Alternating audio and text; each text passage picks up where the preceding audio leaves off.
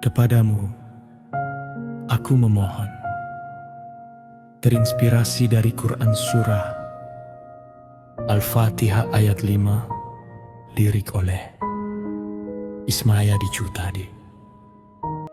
Saat fajar membelah sunyi, ku panggil namamu dalam hati. Tiada tujuan selain ridamu, tiada cinta melebihi cintamu.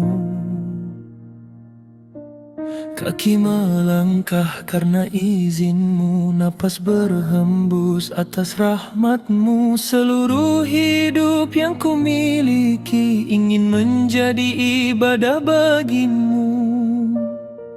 Ajari aku ikhlas bersujud meski dunia tak pernah tahu. Ajari aku kuat melangkah meski jalan penuh ujian.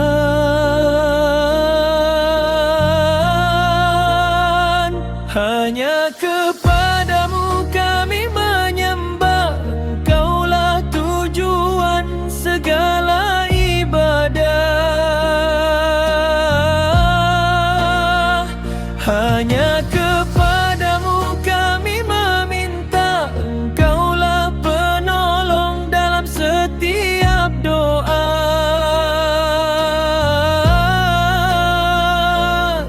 Saat hati lelah dan rapuh, kasih-Mu menjadi cahaya utuh. Bukan hartaku yang menyelamatkan, bukan kekuatanku yang menguatkan. Semua hanyalah titipan, Engkaulah pemilik kehidupan. Dalam tangis maupun bahagia, dalam sempit maupun lapang, lidah ini akan bersaksi hanya namamu yang ku puji. Jadikan aku hamba yang setia, tak berpaling kepada dunia. Bila langkahku mulai goyah, peluklah aku dengan hidayah.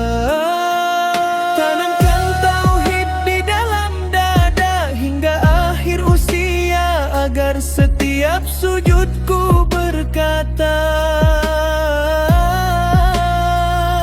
Engkau satu-satunya tempat bergantung.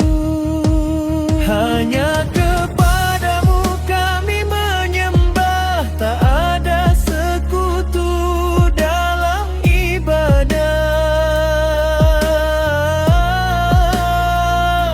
Hanya kepadamu kami memohon rahmat, ampunan dan pertolongan.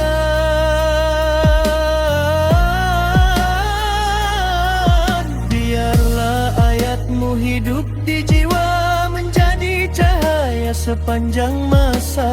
Daripada menjadi hamba-Mu, tak ada yang lebih menenangkan daripada berharap hanya kepadamu.